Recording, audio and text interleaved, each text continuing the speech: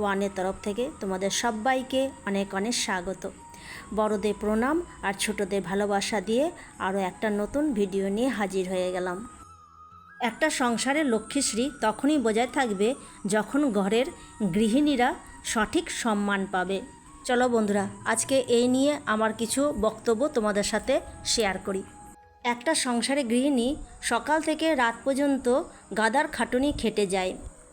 সংসারটাকে সুন্দর করে গুছিয়ে পরিপাটি করে রাখে, স্বামী সন্তানদের দেখাশোনা করে, তাদের যাতে কোনো রকম অসুবিধা না হয় সেই দিকে খেয়াল রাখে, তাদের টাইমে টাইমে খাবারের ব্যবস্থা করে। তারপরেও যদি সেই গৃহিণীরা উঠতে বসতে খোঁটা পায়, তাদের উপর যদি শারীরিক আর মানসিক নির্যাতন করা হয়, তাদের উপর যদি সবসময় চিৎকার চেঁচামেচি করে আর তারা যদি সঠিকভাবে সম্মান না পায়, তাহলে সেই সংসারের লক্ষ্মীশ্রী বজায় থাকে কী করে? তোমাদের কি মতামত বন্ধুরা? এই বিষয় নিয়ে আমাকে অবশ্যই কিন্তু কমেন্টে লিখে জানাবে। আর দেখবে বড় বড় ব্যবসায়ী কিংবা উদ্যোগপতিরা তাদের ঘরে গৃহিণীদের যথেষ্ট সম্মান দেয়। তারা ঠাকুর দেবতার পূজা তো করেও, তারপরেও ঘরে গৃহিণীদের সম্মান দেয়।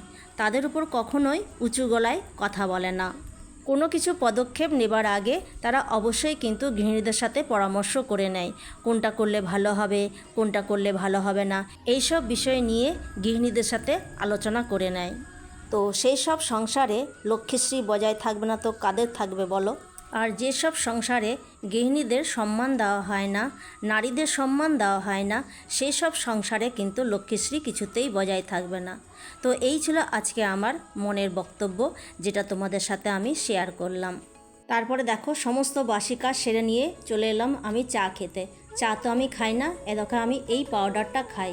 তো 1 চামচ পাউডার আমি কাপের মধ্যে নিয়ে নিলাম আর দিয়ে দিলাম গরম জল। দেখো একদম লিকার চায়ের মতন হয়ে গেল, আর এটাই আমি খাই। এদিকে দেখো আমার ছোটো মেয়ের স্কুল খুলে গেছে, তো আমার ছোটো মেয়েকে সুজি করে দিচ্ছে আমার মেজো মেয়ে, আর সেটাই ওকে টিফিন বক্সে ভরে দিল। আর ওই দেখো চলে গেল আমার ছোটো মেয়ে স্কুল। এবার সে আসবে 12টার সময়। পড়িয়ে উঠলাম, উঠে পরে স্নান করলাম, স্নান করে নিয়ে পুজো করলাম, পুজো করে নিয়ে পরে চলে এলাম সোজা রান্নাঘরে। আজ আমি রান্না করছি গ্যাঁদাল পাতা দিয়ে কলা আলুর ঝোল। আর ওইদিকে ঝুড়িতে রাখা আছে উচ্ছে আর পেঁয়াজ, এটাকে ভাজবো। আর এই ঝুড়িটাতে রাখা আছে লাল ডাঁটা আলু, এটা সর্ষে পোস্ত দিয়ে রান্না করব। আর নিচে দেখো শাক রাখা আছে, এটা এখনও কাটিনি, পরে কাটবো। আজ সব রুগীর খাবার হচ্ছে। উচ্ছে তো সুগারের ওষুধ, হ্যাঁ, সুগারের জন্য উপকারী। আর এদিকে গ্যাঁদাল পাতা দিয়ে কলা আলুর ঝোল, এটাও পেট খারাপের জন্য খাওয়া হয়। এটা আমার হয়ে গেছে, সেদ্ধ হয়ে গেছে সব। এইবার কি করব, গ্যাঁদাল পাতাটা এর মধ্যে দিয়ে দেবো। ভালো লাগে খেতে, বেশ ভালো লাগে, আমার তো খুবই ভালো লাগে এরকম গ্যাঁদাল পাতা দিয়ে কলা আলুর ঝোল। একটু ফুটাবো, ফুটিয়ে পর এটাকে নামিয়ে নেবো। তাহলে চলো বন্ধুরা, তাড়াতাড়ি করে রান্নাগুলো করে নিই, তারপর লাস্টে তোমাদেরকে ফাইনাল লুকটা শেয়ার করব। তো বন্ধুরা, রান্না বান্না আবার কমপ্লিট। তোমাদেরকে একবার ফাইনাল লুকটা দেখিয়ে দিই, সব কি আজকে মেনু হয়েছে।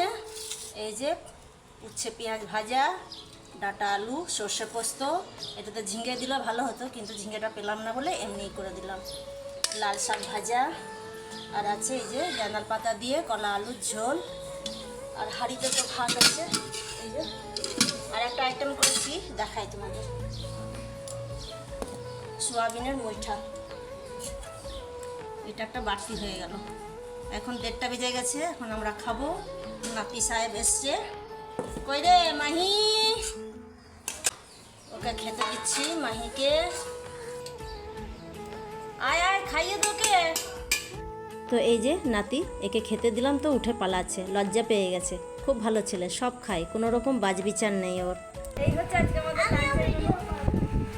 চলো খাওয়া দাওয়া সেরে নিই, তারপর আবার ফিরে আসছি সঙ্গে থাকো। এরপর আমি সন্ধ্যাবেলাতে সন্ধ্যাবাতি দিয়ে পরে বসে গেলাম ধনে আর জিরে গুঁড়ো করতে। এই ধনে আর জিরে দোকান থেকে নিয়ে এসে পরে ভালো করে ধুয়ে রোদে শুকিয়ে গুঁড়ো করে নিয়ে স্টোর করে রাখি। তাহলে বন্ধুরা, আজকের মতো বিদায় নিচ্ছি। দেখা হচ্ছে আগামী দিনে নতুন একটা ভিডিওর সাথে। ততক্ষণ পর্যন্ত তোমরা ভালো থাকো, সুস্থ থাকো, সাবধানে থাকো। আজকের মতো টাটা, ধন্যবাদ। আর আজকে ভিডিওটা যদি তোমাদের ভালো লেগে থাকে তাহলে অবশ্যই লাইক কমেন্ট শেয়ার করে দিও, ঠিক আছে?